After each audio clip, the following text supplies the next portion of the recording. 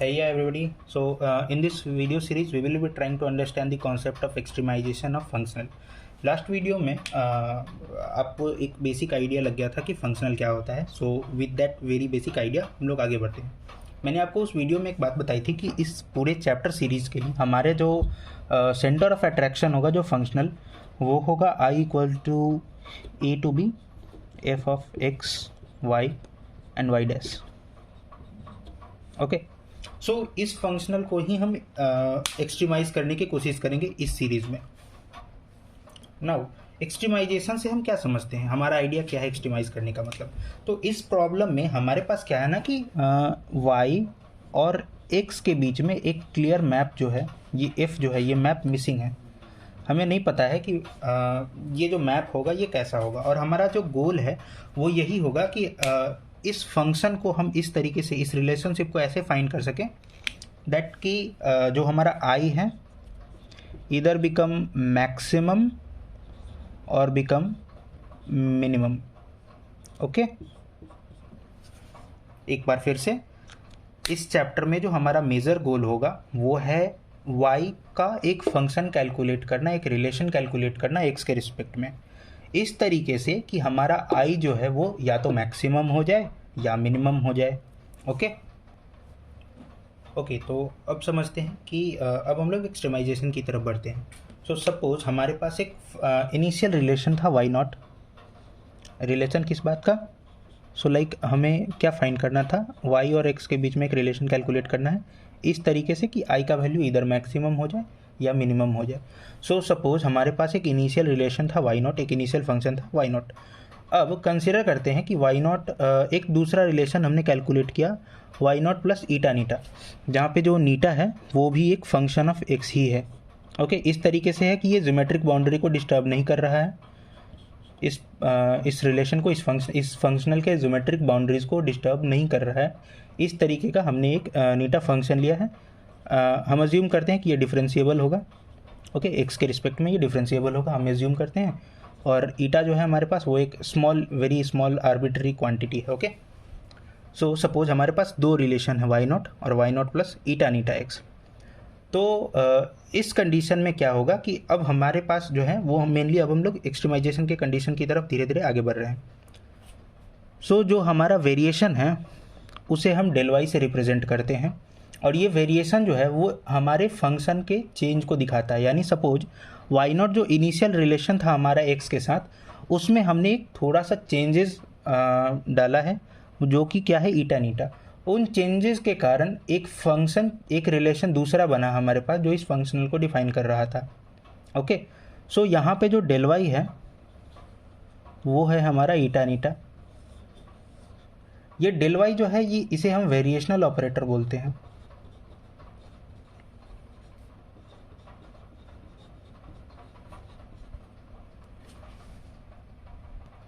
सो एक बार quick recap, अभी तक क्या हुआ.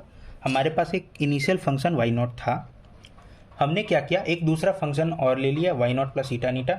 ये हमारा दूसरा फंक्शन है जो इस फंक्शनल को सेटिस्फाई कर रहा है, क्योंकि हमारा नीटा जो है वो ज्योमेट्रिक बाउंड्री कंडीशंस को सेटिस्फाई कर रहा था हमारे फंक्शनल के लिए. इस तरीके से नीटा एक्स लिया गया है ताकि वो डिफरेंशियल हुआ. देन जो ये डेल वाई है ये वेरिएशन है हमारे इस फंक्शन का y नॉट प्लस ईटा नीटा के रिस्पेक्ट में. मतलब उसमें y नॉट में थोड़ा सा वेरिएशन डाला हमने, जिसके कारण हमारे पास एक दूसरा रिलेशन मिल गया हुआ है y और x के बीच में. ओके, सो हम ये क्यों कर रहे हैं, ताकि हम चाहते हैं कि हम एक ऑप्टिमम वैल्यू फाइंड कर सकें i का. तो जो ये डेल है ये एक वेरिएशनल ऑपरेटर है. ये बिल्कुल सिमिलर होता है जैसा हमारे पास एक डिफरेंशियल ऑपरेटर होता है d, जैसे dx या dy होता है हमारे पास, बिल्कुल ये उसकी तरह सिमिलर होता है. बस मैथमेटिकल प्रॉपर्टीज़ भी बहुत सारी सिमिलर होती हैं डेल और डी के बीच की. लाइक मैथमेटिकल प्रॉपर्टीज़ भी सिमिलर होती हैं, जैसे d of x square will be 2x dx and del of x square will also be 2x del x. Okay, so mathematical properties जो हैं वो डेल की और डी की सिमिलर सी होती हैं.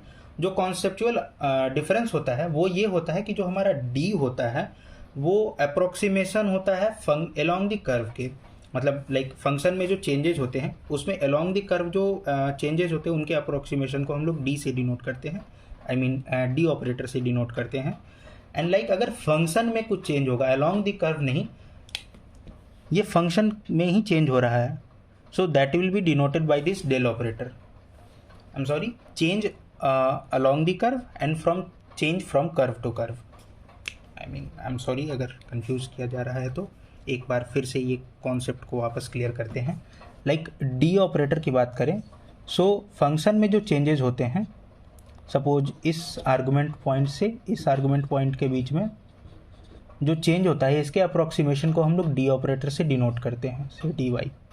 ओके, लेकिन सपोज हमारा कर्व ही हम चेंज कर देते हैं, सो इस कर्व के बीच के चेंजेस को डिनोट करने के लिए, अप्रॉक्सीमेट करने के लिए हम लोग डेल ऑपरेटर का यूज़ करते हैं। And this is the very basic difference between d operator and del operator. Okay, d operator is your differential operator and del operator is your variational operator. Okay, so जब हम एक्सट्रीमाइजेशन की बात करते हैं तो एक टर्म होता है जिसके थ्रू बार बार हम क्रॉस करेंगे इस पूरे सीरीज में भी, और वो टर्म है prescribed.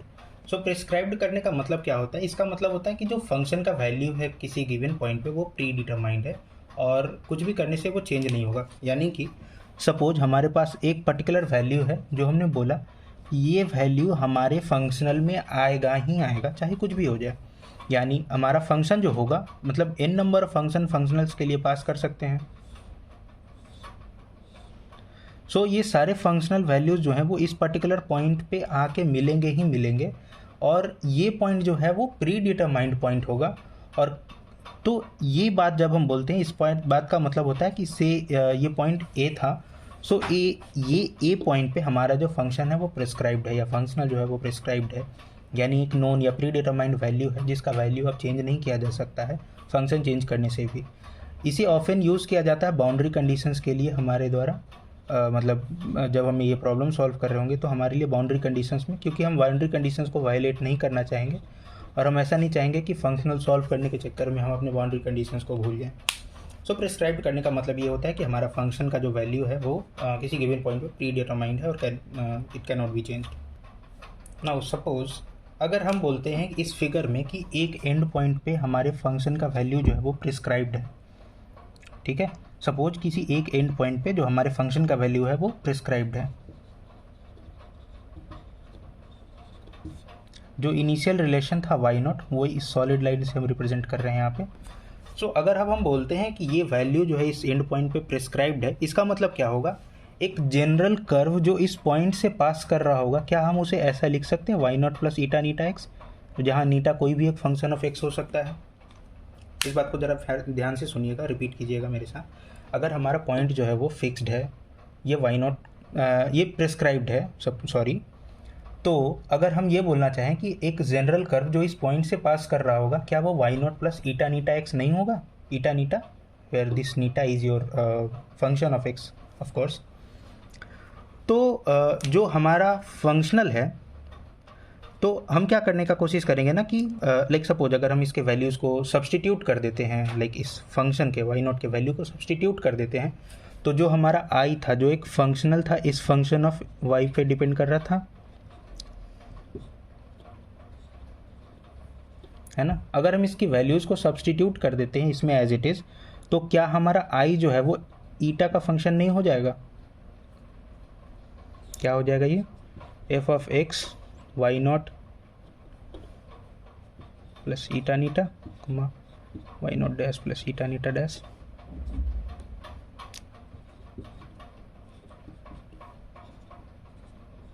So we can see that जो हमारा फंक्शन है, फंक्शनल है आई, वो एक फंक्शन में कन्वर्ट हो चुका है और वो ईटा पे डिपेंड कर रहा है।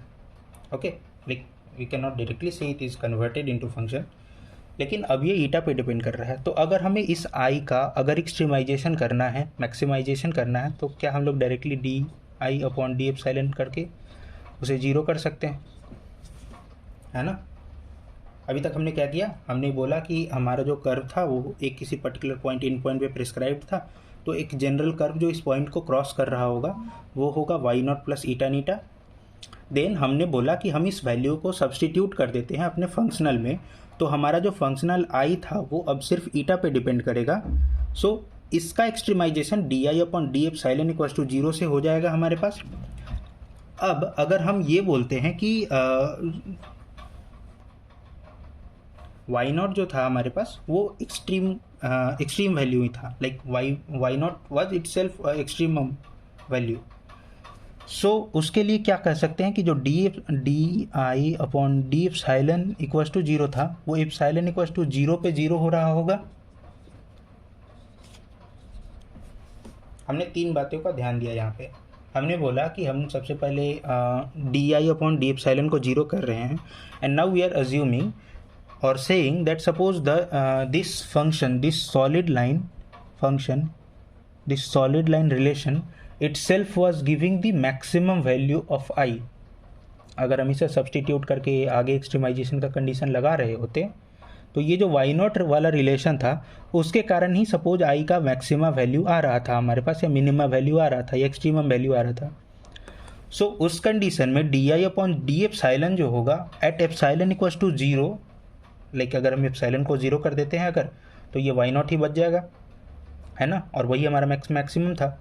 सो ये कंडीशन ही होगा हमारे एक्सट्रीमम का कंडीशन। तो इसी कंडीशन को यूज़ करके अब हम आगे सॉल्व करेंगे और एक्सट्रीमम का कंडीशन कैलकुलेट करने का कोशिश करेंगे। सो एक्सट्रीमाइजेशन के लिए सबसे पहले जो हमने बोला था कि हम फंक्शन में वैल्यूज़ को सब्सटीट्यूट कर रहे हैं, so we have substituted this values, हमने सब्सटीट्यूट कर दिया है इसके अंदर वो वैल्यूज़ को, वाई नॉट प्लस ईटा नीटा एक्स को। इसके बाद अब हमें इसे सॉल्व करना है एक्सट्रीमाइजेशन के लिए। तो हमने एक्सट्रीमाइजेशन के लिए क्या कंडीशन देखा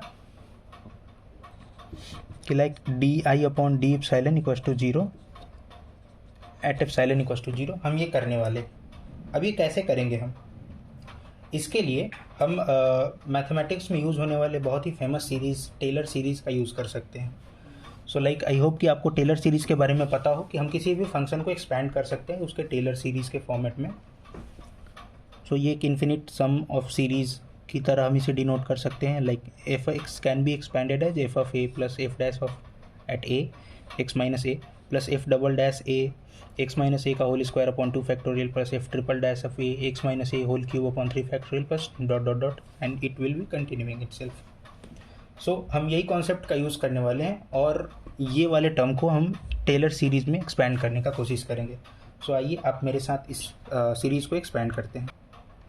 सो अगर हम इस function f x y dash को एक्सपैंड करते हैं टेलर सीरीज़ के फॉर्मेट में, तो एक्सपेंशन क्या हो जाएगा? एफ ऑफ ए से हमारा पॉइंट जो था वाई नॉट था, तो हमने वाई नॉट पे इसको एक्सपैंड करने का कोशिश किया। यहाँ एक्स माइनस ए जो है, सो यहाँ वेरिएशन होगा, वो एक्स माइनस ए जो था वो डिफरेंस ही था ना। सो वो वेरिएशन हमने देखा था डेल वाई से रिप्रेजेंट कर रहे थे हम लोग, जो ईटा नीटा के बराबर था। So like d del f upon del y eta eta, and like हमने इसे एक्सपैंड कर दिया है टेलर सीरीज़ के फॉर्मेट में। नाउ अब हमारे पास हमें क्या करना है कि इसे इस इंटीग्रल के फॉर्म में बैठा के बस उसे लाइक डिफ्रेंशिएट करना है। So now move further with, so जो हमारा डी आई अपॉन डी एप्सिलॉन होगा, क्योंकि हम एप्सिलॉन के रिस्पेक्ट में डिफ्रेंशिएट कर रहे हैं, आप एक बार लास्ट एक्सप्रेशन पे जाके उसे डिफ्रेंशिएट करने की कोशिश कीजिए एप्सिलॉन के रिस्पेक्ट में। सो आप इस एक्सप्रेशन तक पहुंच जाएंगे। नाउ अब हमारा गोल क्या था कि अगर हमें वाई नॉट को एक्सट्रीमल पॉइंट घोषित करना है, like extremal function extreme relation घोषित करना है for this I to be maxima और मिनिमा, तो हमें क्या करना होगा, like d I at d epsilon for epsilon equal to 0 करना पड़ेगा, उसे 0 के बराबर। सो इस इक्वेशन में जहाँ जहाँ एप्सिलॉन है वहाँ वहाँ हम 0 पुट कर देते हैं। तो लाइक अगर हम देख सकते हैं इसे, तो फर्स्ट ऑर्डर के बाद से सारे ऑर्डर में जितने भी ऑर्डर है फर्स्ट ऑर्डर के बाद सारे में एप्सिलॉन का एक ना एक टर्म एग्जिस्ट कर रहा है।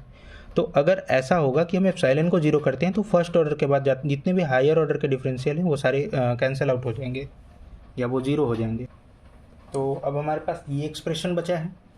Now we want to evaluate this function.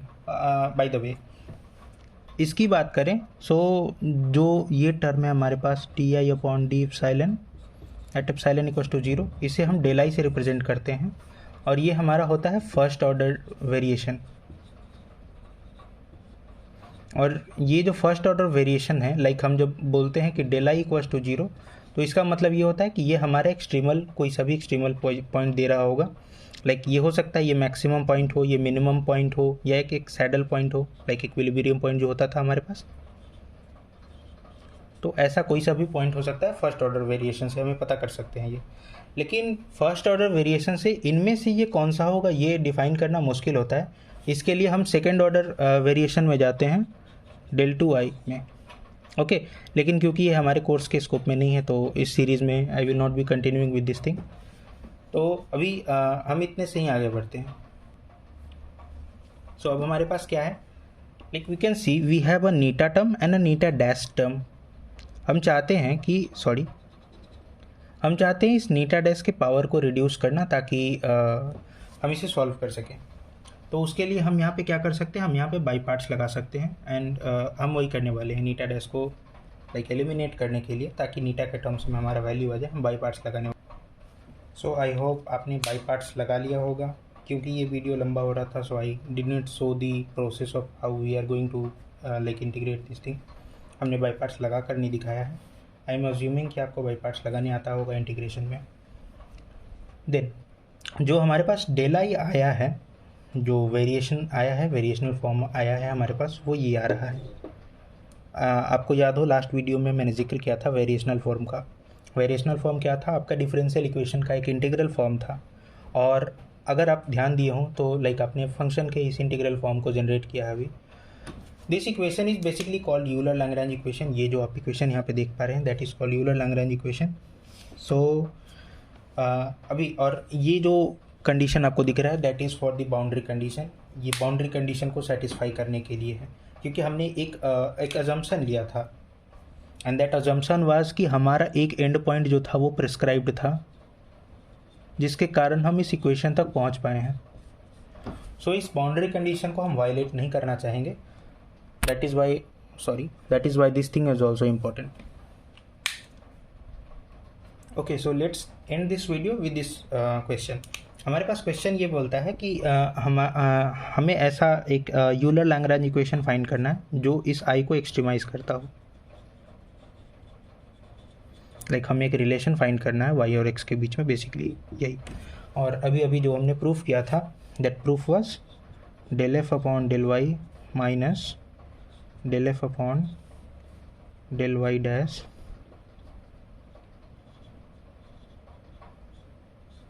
D by d x of del f upon this thing. So हमें ये कैलकुलेट करने की कोशिश करनी है कि हम यूलर लैग्रेंज इक्वेशन कैलकुलेट कर सकें एंड बाउंड्री कंडीशन को भी ऑफ कोर्स हमें सेटिस्फाई करना होगा। So let's go and find this thing. तो हम देखते हैं हमारे पास फंक्शन क्या है। तो जो अंदर का इंटरनल टर्म होता है इंटीग्रेशन के अंदर वाला, वो हमारा फंक्शन होता है। Then del f upon del y हम निकालना चाहें तो वो क्या हो जाएगा, इसमें से वाई को डिफ्रेंशिएट करना है। So that will be 2f plus 2x। Del f upon del y dash को अगर हम कैलकुलेट करना चाहें so that will be 2y dash. So just हम इस इक्वेशन में अपने वैल्यूज़ को सब्सटीट्यूट कर देते हैं। So what we got here 2y plus 2x minus d of dx of 2y dash is 0। Then अगर हम इसे सॉल्व करने की कोशिश करें so we will get x plus y minus y double dash equals to 0। So जो corresponding Euler Lagrange equation हमारे पास आ रहा है वो कुछ ऐसा सा है। लाइक हम चाहते तो अपनी इक्वेशन को यहीं पे छोड़ सकते थे एंड फर्दर इसे सॉल्व भी किया जा सकता है अगर हम चाहते हैं तो। सो आई होप आपको ये समझ में आया हो। एंड देन ऑफ कोर्स हमें बाउंड्री कंडीशन को भी ध्यान में रखना है। सो बाउंड्री कंडीशन क्या होगा, लाइक कि हमने अभी अपने कोई एक्सप्रेशन में देखा था, हमारे पास एक बाउंड्री कंडीशन का टर्म आता था that was del f upon del y dash eta from a to b should be 0, है ना। सो इसका मतलब क्या होगा, इसका मतलब ये होगा कि हमारा ये जो फंक्शन आ रहा है इन दो बाउंड्री पॉइंट्स पे शुड बी प्रेस्क्राइब्ड, ताकि ये चेंज ना करे वैल्यूज़ को और एक कांस्टेंट वैल्यू दे। Okay, so that's it from for this extremization of functional values. तो आई होप आपको ये समझ में आया हो एक्सट्रीमाइजेशन का जो कॉन्सेप्ट था। Then now we will move toward the next part of video. Till then, keep watching.